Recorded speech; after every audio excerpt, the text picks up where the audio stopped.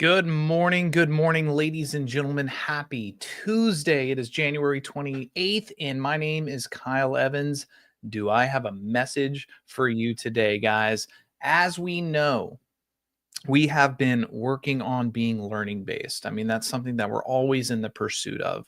So we've been diving in through the 16 laws of undeniable, wow, fancy, the 16 undeniable laws of communication by John Maxwell. This week, guys, we're on the law of leverage, and we're going to spend some time in there and take out some nuggets and see how we can apply them not only to our business, but also to our personal life, to our relationships. I'm super excited about this one because I have had a lot of failures around this, a lot of struggles around this, and I've come out on the other side. So let's dive in here, man. The law of leverage, basically, high level view, is it encourages communicators to take advantage of elements that amplify their message, right? It makes them more memorable, more engaging, more persuasive. In our personal life, are we paying attention to the strengths of our personality and using them to create more engaging moments, deeper relationships, richer conversations? In our business, when we're going on consultations or connecting with our database or meeting someone new or talking business to business, are we utilizing our strengths of our personality? Are we sounding like our authentic self and diving in there and leaning into that? Are we pretending to be someone else? These are some questions I want you to think about as we go through. Man, I love the story in this book. This guy named Kevin, he was being mentored by John Maxwell. And if you don't know who John Maxwell is, he's an author, speaker, all the things, big famous guy. He's got a jet. That's about as qualifying as I can give you. It's got a jet. So Kevin's being mentored by John, and John is holding a big conference, and he asks Kevin to come speak. He's like, Kevin, you're doing a good job, buddy. You've been doing this game for a long time. Come talk at my conference. Kevin's pumped up. Big honor, right? For this guy to say, hey, man, you've got the stuff. Come deliver on stage. So the day comes, Kevin gets up, it's being recorded. There's lights, there's production, there's all the things, right? Thousands of engaged eyes watching, waiting for you to just knock it out the park. And Kevin leads off with this set that he essentially duplicated from a comedian. And it fell flat. I mean, flat as Louisiana land, ladies and gentlemen, just flat. He said at one point, the only thing you could hear in the audience were crickets. It was that bad. It was so bad that on a recorded presentation, he said, you know what? This isn't working. Can I have a do-over? Can you just take a second, guys, and put yourself in those shoes? You are failing so bad that thousands of people are watching and it's being recorded, and you're just like, all right, time out, everybody. Let's try to take this from the top. I have secondhand embarrassment just thinking about it. But what he did was he was like, let's take it from the top. And he just gave him the main points, and he got off stage. And he got off stage to like a little bit of pity applause. He did not, this is not a hero's tale. He did not rebound that message. He did not come out on top. He went out on bottom. It did not recover. So afterwards, he's talking to John about it. He's like, John, I'm sorry, man. I choked. It was awful. You gave me the opportunity and I failed. And John said, you know, Kevin, you were trying to be someone else, essentially. You weren't you. And so he told him about what's now called the law of leverage, and we're going to dive into that. But the great news is the story didn't end there. You see, John had a bigger conference on the horizon, even more people. And Kevin was originally slated to speak. And John had his hesitations about it. He was like, Kevin, I don't know if we can get you up there again, man. We can't afford this sort of thing to happen again, buddy. Like, explain to me why we should let you do it. And Kevin gave a great answer. He said, you know, honestly, I'm kind of hoping that you don't. Because if you don't, it takes the pressure off me. He said, but if you do, I've gone back and I've taken your advice and I've implemented it into me. I'm starting to lean into my strengths. I'm myself. I'm authentic instead of someone else. So John gave him that chance. And he got to talk at this thing called Catalyst, and he knocked it, ladies and gentlemen, out of the park. What is there to take from that? When we spend too much time acting like someone else, we get away from our authentic self. And by the way, one of the most attractive qualities another individual can have is authenticity. Being themselves, being comfortable in their own skin. Kevin adopted that and leaned into it. And because of it, he had outrageous success. Let's take this to business. Guys, stop pretending to be what the world thinks a real estate agent should be, if that makes sense. Be you. That's who the people want to work with. They want to work with you, your personality, who you are, and your skills and knowledge. What they don't want to work with is Kyle, who's pretending to be some fancy agent off of the YouTubes or off of Selling Some City on Netflix, right? Guys, you got to be you and figure out what that is. When you find your strength, you find your voice. When you find your strength, you find your voice. They have a great quote in there, and it goes like this. It says, "Only when I stopped emulating others and discovered my own authentic voice did my messages start carrying weight and increasing influence." This has happened to me, unfortunately, so much in real estate and in speaking and in coaching. In real estate, my first few years, I was trying to be what I thought I should be, right? I was trying to act a certain way, dress a certain way, talk a certain way. And what happened, instead of crushing it, I was actually developing separation between the people I desired to work with because they thought they were getting Kyle, who knows a thing or two about a thing or two. And instead, they got Kyle pretending to be something he's not. And in my quest to deliver like I thought I should, I ended up ruining the opportunity, just like Kevin in this story. Guys, when it came to speaking and teaching, man, when I first started, I thought that like I had to look good and be right and like project this crazy air of success and all the things for people to listen. And it didn't go that well.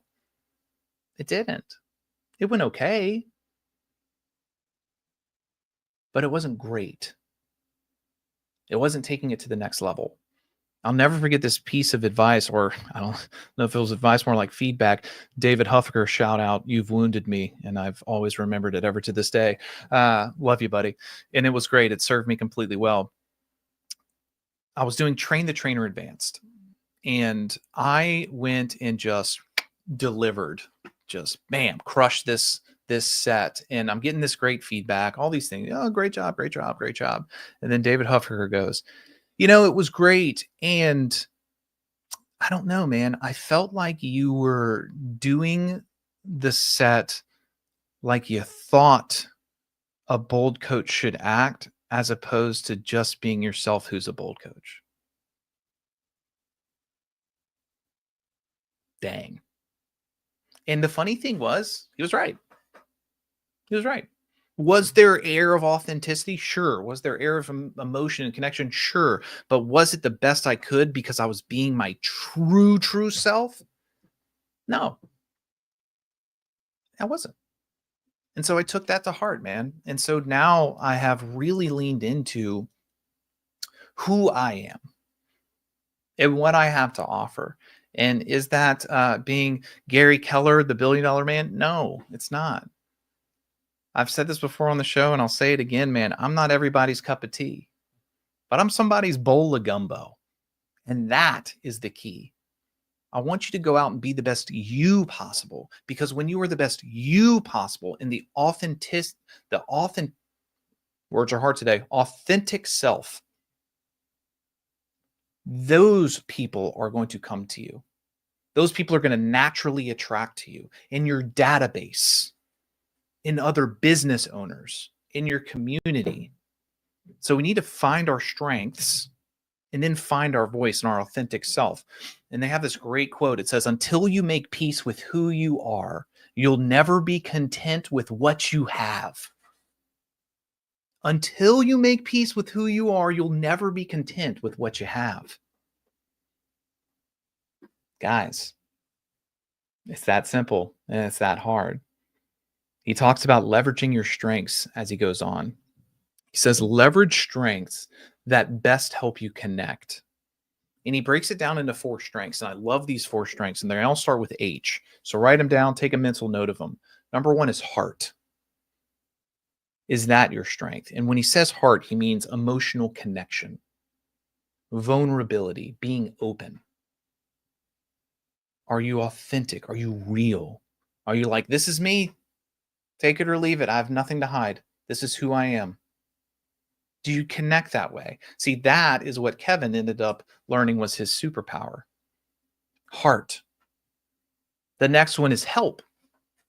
This is a good one. Are you adding value to people through tools, maybe skills, maybe systems, maybe tips and tricks? Are you adding value to people through things like that? Are you helping them be able to systematize their business? Are you giving them a tactic that they can use at home or in the workplace? Some of us, that is a strength for us. Some of us are really good at certain systems and models. Some of us are really good with investors, really good with buyers, really good with sellers, staging, you name it. Lean into that. Make that your superpower and your strength. Number 3, the third H here is humor. Humor. One of my favorite lines is, the shortest distance between 2 people is laughter. It is. Laughter is a universal language. It does not matter what language you speak, where you grew up, what your religion is, your gender, your ethnicity, whatever. Laughter is the universal language. Are you funny? If you are, use it more. If you're not, don't use it. If you have to ask, am I funny? I've got unfortunate news for you. You're probably not. Love you, mean it. But maybe the other ones are your strong suit. Humor is the third one. Number 4 is hope. I love this one. Hope. Are you breathing life into people? Are you helping them see that today can be better, the future can be better, they can be better? This is a really good one when it comes to consultations, especially in real estate, especially with sellers. Are you good at painting the picture of how your service, your guidance helps them have a better life, have a better future? Are you good at telling stories and crafting, said another way, a vision?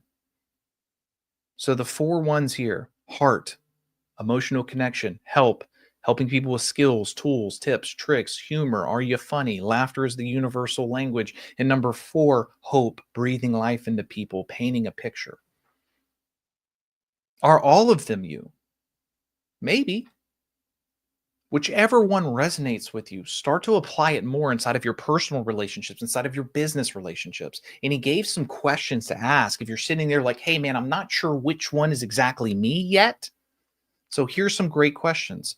Number 1, which one comes most easily to me? Simple enough. Which one of the 4 comes naturally to me? The second question is, which one of the 4 creates the most traction when I talk? Which one of the 4 creates the most traction, the most movement, the most engagement when I talk, when I communicate, when I speak? The next one, and I love this one, which do most people affirm after I speak? This is a good one for you guys. What do your friends say about you? What does your family say about you? Your spouse say about you? Your colleagues say about you? Are like, man, you're super funny. You're super helpful. I love how your emotional connection. Do you have a lot of heart, right? Like ask, hey, when you think about me and you think about communication, if you said to say heart, humor, hope, and help, which one do you think I emulate the most? Or just listen. Like, have you ever done a consultation? Like, man, that was a really good time. Man, that was super helpful. Man, I loved how relatable you were. Like, pay attention. More often than not, what people are affirming of you, you're probably putting out there and doing pretty well. The last question to ask is, which of the four am I using when I experience magic moments? What he means by magic moments is what I call being in the pocket, right? When you're in flow, when everything feels like it's going the way that it should. Which one of the four are you using when that happens? If you've been doing real estate for a long time or any amount of time and you've gone on a certain amount of consultations, you know what I mean. You're on that listing appointment and you're just in the flow. It's like bam, bam, bam, bam. I would challenge you to think back and figure out which one of the four strengths you were using. And when you identify that, let's figure out how to use it more. Moving on to the next leverage point on the law of leverage, he talks about leveraging your natural talents that help you succeed. Your natural talents. He has this awesome quote, and it's a banger. Punch me right in the eyes. It says, "You cannot be anything that you want to be. You cannot be anything that you want to be, but you can be a lot more of who you already are."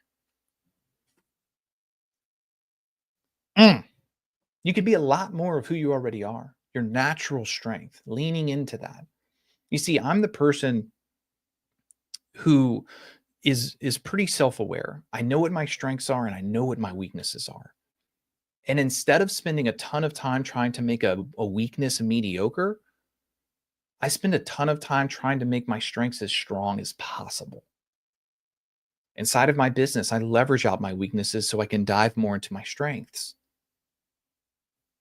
You cannot be anyone you want to be, but you can be more of who you already are. And he gives a great formula around this. He says talent times investment equals strength.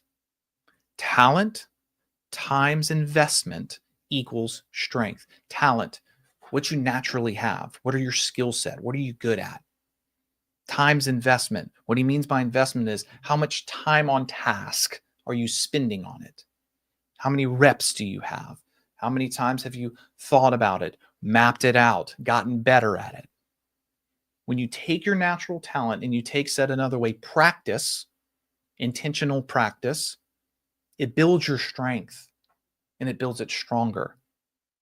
So leverage your natural talents that help you succeed. And then, like the equation says, spend some time practicing it. Spend some time practicing it.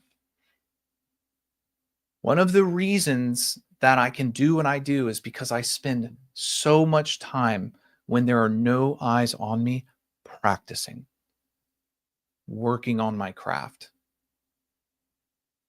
I wish I could tell you that I just naturally can do what I do. I can't. I'm not that great. It takes intentional time, an investment of focus in energy and effort. We've got to stop hiding from that, and we have to start embracing that key piece. Are you naturally relatable? Great. How much time have you spent implementing that relatability into your listing consultation? Are you naturally funny? Great. How much time have you spent using that humor to create quick connections on lead generation calls? Have you worked on it? I just got these questions this morning. The last one here, guys, and I'll send you on your way, is leverage skills that can help others succeed. Leverage your skills that can help others succeed.